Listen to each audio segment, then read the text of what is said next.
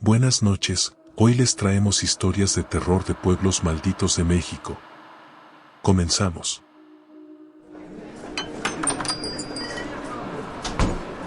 Hola, soy Mariana Gutiérrez, y soy la encargada de un pequeño bar llamado El Roble, en un pueblo tranquilo de México llamado Real de 14. Aquí, entre la brisa fría de la montaña y las calles empedradas, las noches se llenan de música, risas, y ocasionalmente, historias que no todos se atreven a contar. Esta es una de ellas, y aunque suene increíble, juro que lo viví. Todos los viernes, sin falta, un grupo de trabajadores del café llegaba al bar después de su jornada. Entre ellos, siempre destacaba un hombre llamado Gabriel, un tipo amable de unos 35 años, con una risa contagiosa y una disposición para invitar rondas.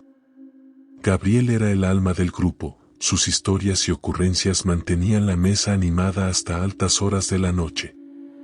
Aquel viernes no fue diferente. Gabriel llegó con sus amigos cerca de las 8 de la noche. Todos parecían de buen humor y rápidamente pidieron la primera ronda de aguardiente. La noche transcurrió tranquila, con el bar lleno de música y clientes habituales. Cerca de la medianoche, Gabriel, visiblemente afectado por los tragos, se levantó y se dirigió al baño. Lo vi tambalearse un poco, pero no le di mucha importancia, no era la primera vez que pasaba. Sin embargo, los minutos comenzaron a alargarse y Gabriel no regresaba. Sus amigos empezaron a bromear al respecto. Seguramente se quedó dormido en el baño, dijo uno, riendo. Después de unos 10 minutos, decidí ir a revisar. Toqué la puerta y llamé su nombre, pero no hubo respuesta. Intrigada, busqué la llave maestra para abrir. Cuando finalmente logré entrar, el baño estaba completamente vacío. Pensé que quizás había salido sin que nadie lo notara, aunque me parecía extraño que no hubiera recogido su chaqueta ni sus cosas que seguían en la mesa. Esa noche terminó con un aire de desconcierto.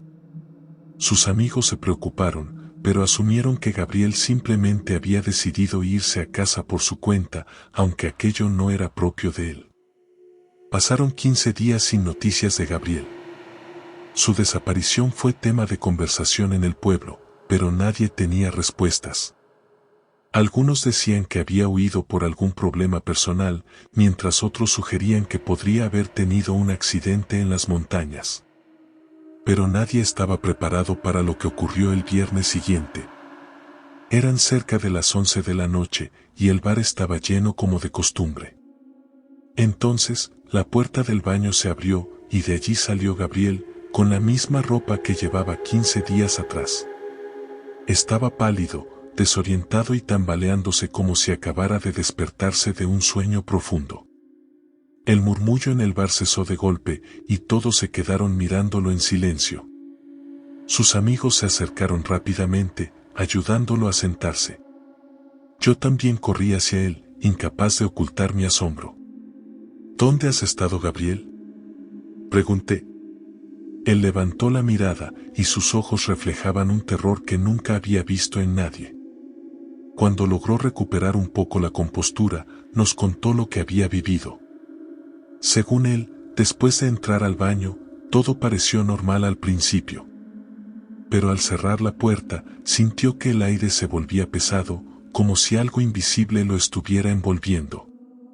El espejo comenzó a empañarse, a pesar de que no había vapor ni calor en el lugar.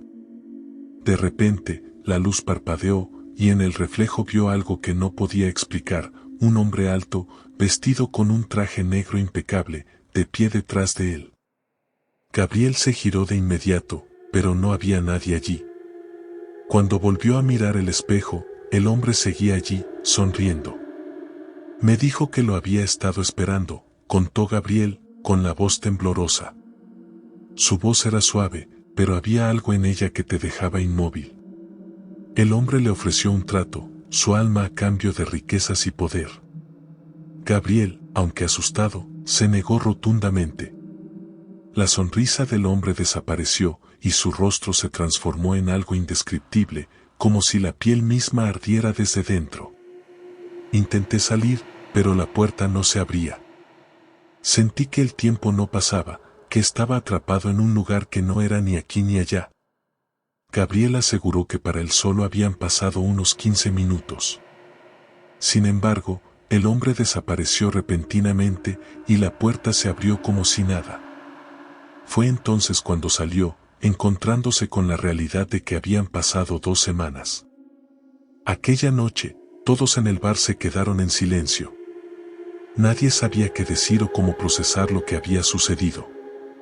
Gabriel estaba agotado, pero sus amigos lo acompañaron a casa. Yo cerré el bar más temprano de lo habitual, incapaz de sacarme de la cabeza su relato. En los días siguientes, Gabriel intentó volver a su vida normal, pero nunca volvió a ser el mismo. Su risa fácil desapareció y sus ojos siempre parecían buscar algo en las sombras. Algunos en el pueblo comenzaron a evitarlo, susurrando que había sido marcado por algo oscuro. Hasta el día de hoy, cuando paso cerca del baño del bar, siento un escalofrío. A veces, parece que el aire allí es más pesado, como si aún quedara un rastro de lo que ocurrió esa noche. Y aunque sigo trabajando en el roble, siempre me aseguro de no quedarme sola demasiado tiempo, por si acaso ese hombre de traje negro decide volver. Soy Felipe Ortega. Soy originario de Tlaxcala, un estado lleno de historia, tradiciones y relatos que se pierden entre el misticismo de sus cerros y campos. Nunca fui un hombre supersticioso, pero lo que viví una noche en las afueras del pueblo cambió mi vida para siempre. Esta es mi historia, y les aseguro que no hay nada de ficción en ella. Todo comenzó en una madrugada de noviembre, cuando regresaba de trabajar en un rancho a las afueras de San Pablo del Monte. Mi turno había terminado tarde, y aunque me ofrecieron quedarme a dormir, decidí caminar de regreso a casa. La luna llena iluminaba el camino de terracería, y el frío me llegaba hasta los huesos. Mientras caminaba, escuché un sonido extraño, como un murmullo que venía del bosque cercano. No era el viento, ni tampoco algún animal. Era algo más, algo humano.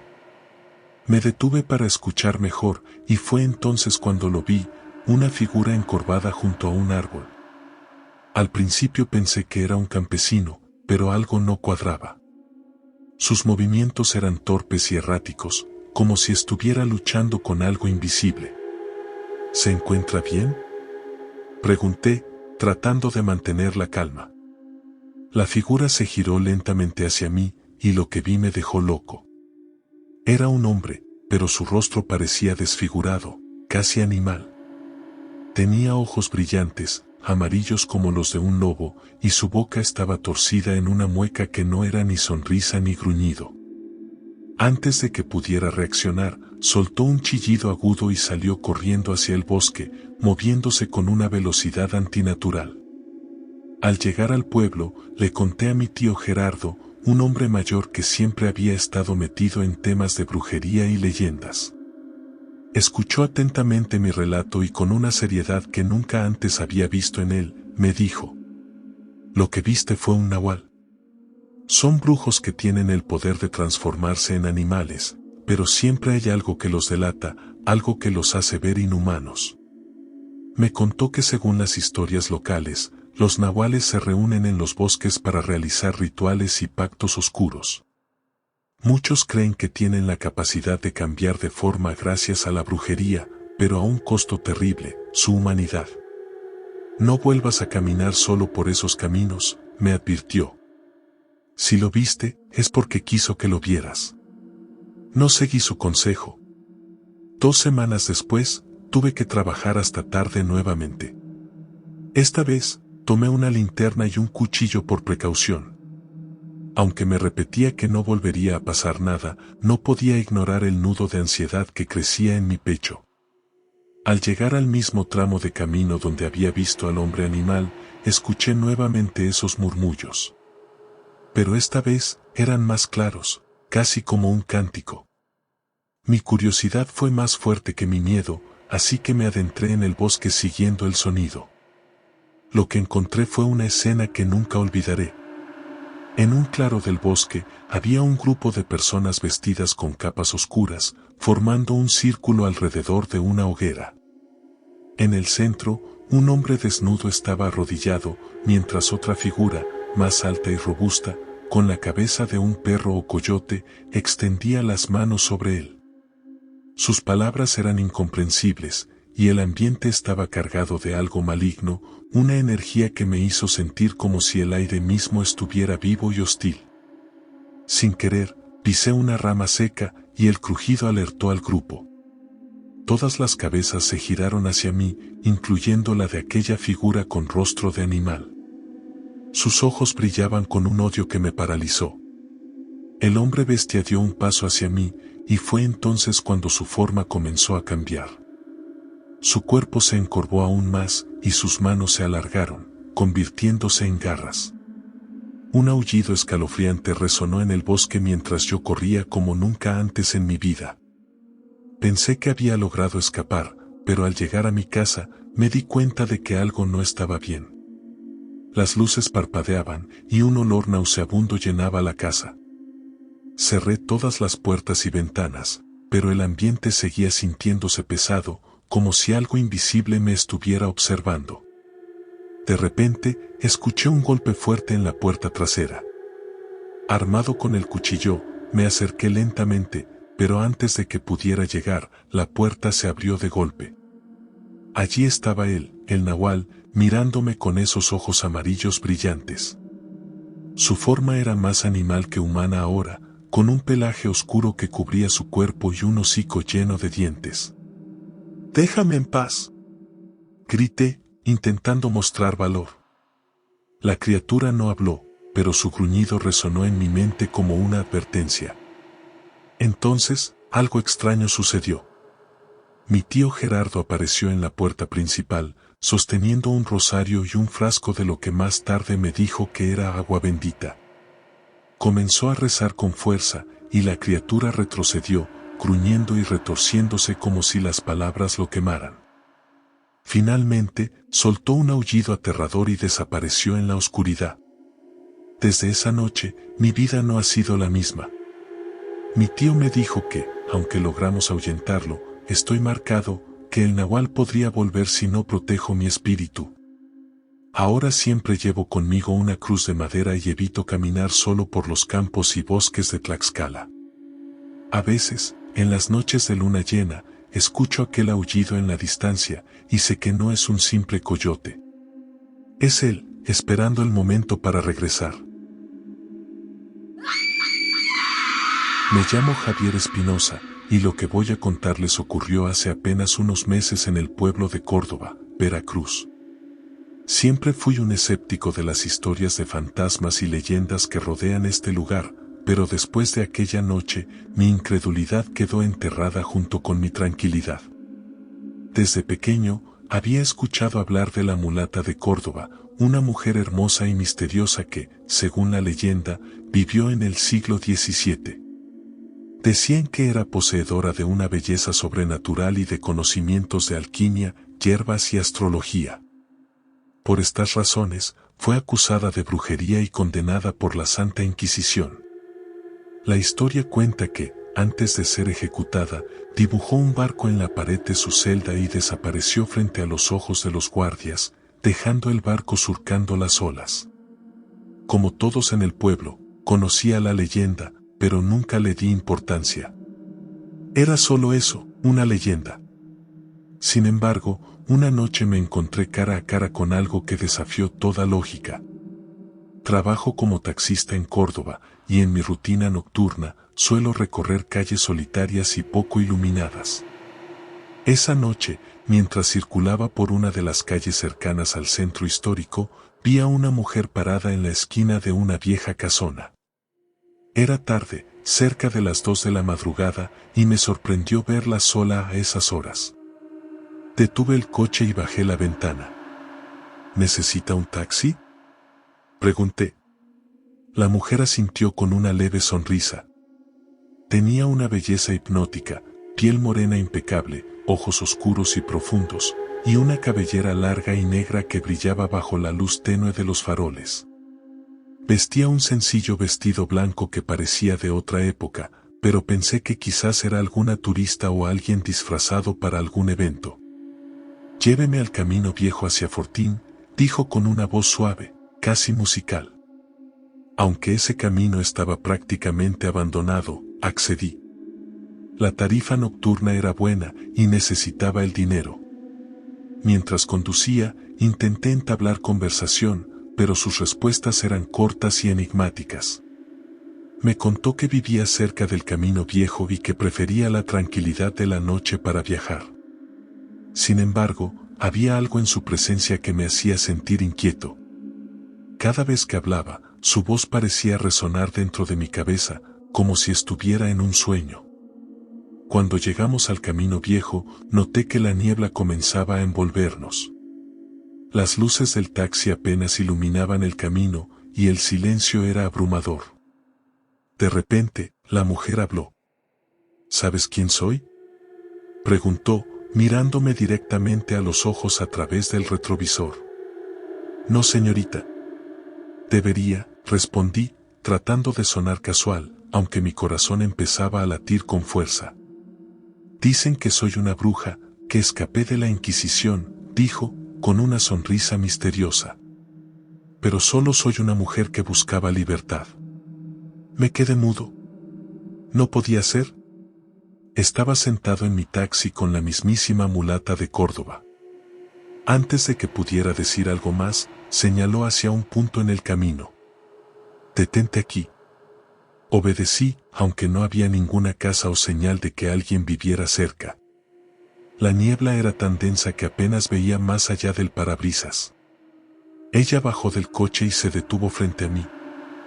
«Gracias por traerme», dijo, con una amabilidad que contrastaba con la tensión en el aire.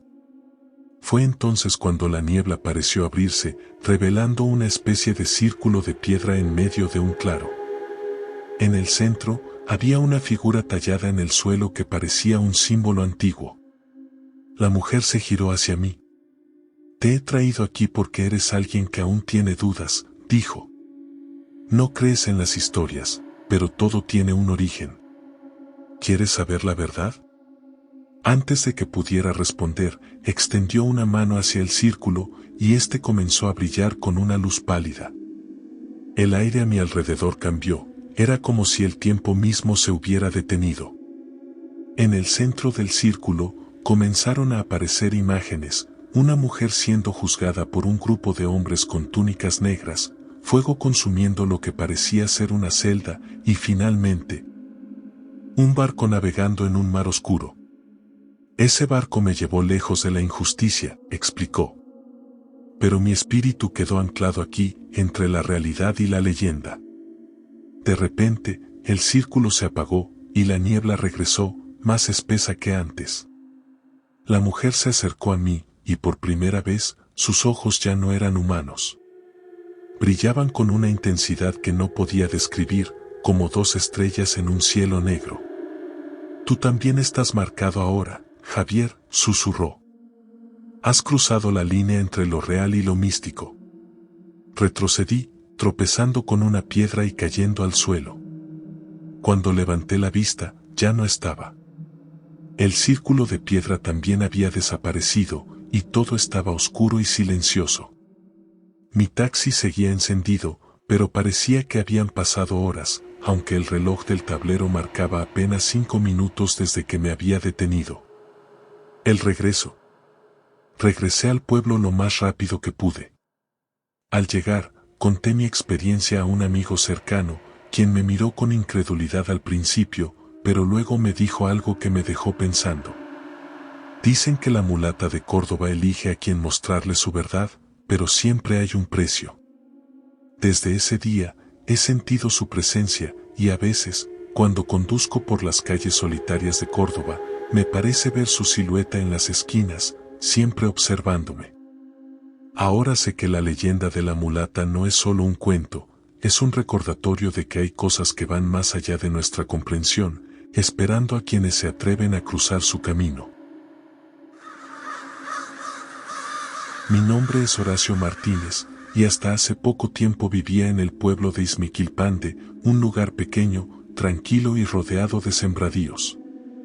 Para muchos, es un rincón mágico, pero para mí, se ha convertido en un lugar que no puedo pisar sin que el frío me invada el alma.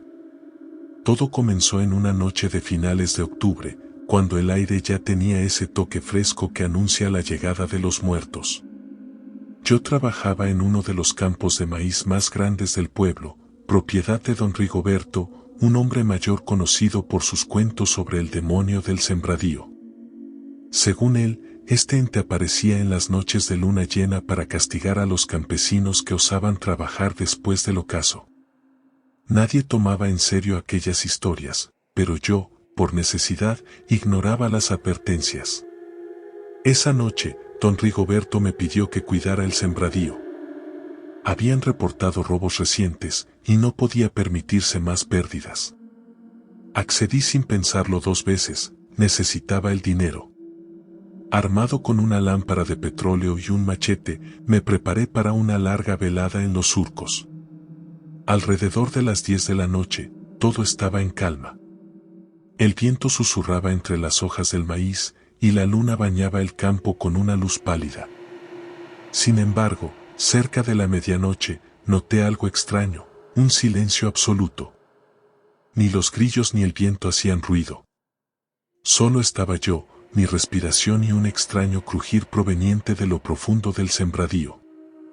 Al principio pensé que se trataba de algún animal. Encendí mi lámpara y me adentré entre las hileras de maíz. Cuanto más avanzaba, más pesado se volvía el ambiente. De repente, un escalofrío recorrió mi espalda. Frente a mí, entre las sombras, estaba una figura alta, encorvada y de aspecto antinatural. Sus extremidades eran demasiado largas, y sus ojos brillaban como el fuego. ¿Quién anda ahí?, grité con más valentía de la que sentía. La figura no respondió, pero dejó escapar un gruñido que sentí en mi pecho como un golpe. Entonces se irguió por completo, revelando un cuerpo delgado cubierto de una piel negra y áspera, como si estuviera hecha de corteza quemada. Era el demonio del sembradío, no había duda. Retrocedí, pero mis pies tropezaron con las raíces del maíz, y caí al suelo. La criatura avanzó lentamente, con cada paso haciendo crujir el suelo. Intenté levantarme, pero era como si el miedo me hubiera clavado al suelo. «¿No tienes nada que hacer aquí?», gritó con una voz profunda, aunque no movió los labios. Las palabras resonaron directamente en mi mente. Reuniendo todas mis fuerzas, me levanté y agité el machete en el aire. La criatura pareció reírse, un sonido seco y burlón que me congeló. Entonces, con un movimiento rápido, desapareció entre las sombras. Por un momento, pensé que todo había terminado, pero el alivio fue breve. Sentí un calor intenso detrás de mí, como si el mismo infierno se hubiera abierto. Al voltear, allí estaba, más cerca que antes, con sus ojos fijos en los míos. «No te quiero a ti», dijo, esta vez con una voz más clara, casi humana. «Quiero lo que cuidas».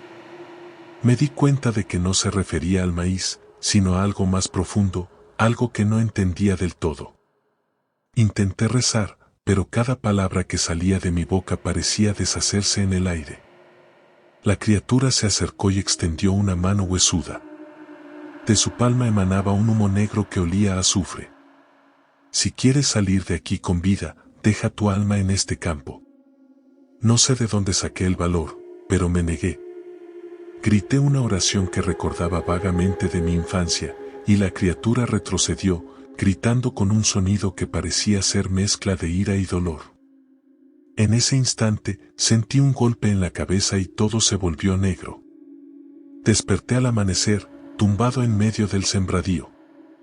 Mi lámpara estaba rota, y el machete, oxidado como si hubiera estado años bajo la tierra. Corrí al pueblo y conté lo sucedido, pero nadie me creyó, excepto don Rigoberto, quien simplemente asintió. «Te lo advertí», dijo. «Ese demonio no se lleva a cualquiera, pero ahora estás marcado». No he vuelto a Izmiquilpande. A veces, en mis sueños, veo esos ojos rojos y siento ese calor sofocante. Sé que tarde o temprano, volverá por mí, porque dicen que nadie escapa del demonio del sembradío. Esto ha sido todo por hoy, no olvides darle like, seguirnos y darle a la campana para que no te pierdas en la oscuridad. Nos vemos en la próxima. O quizás no.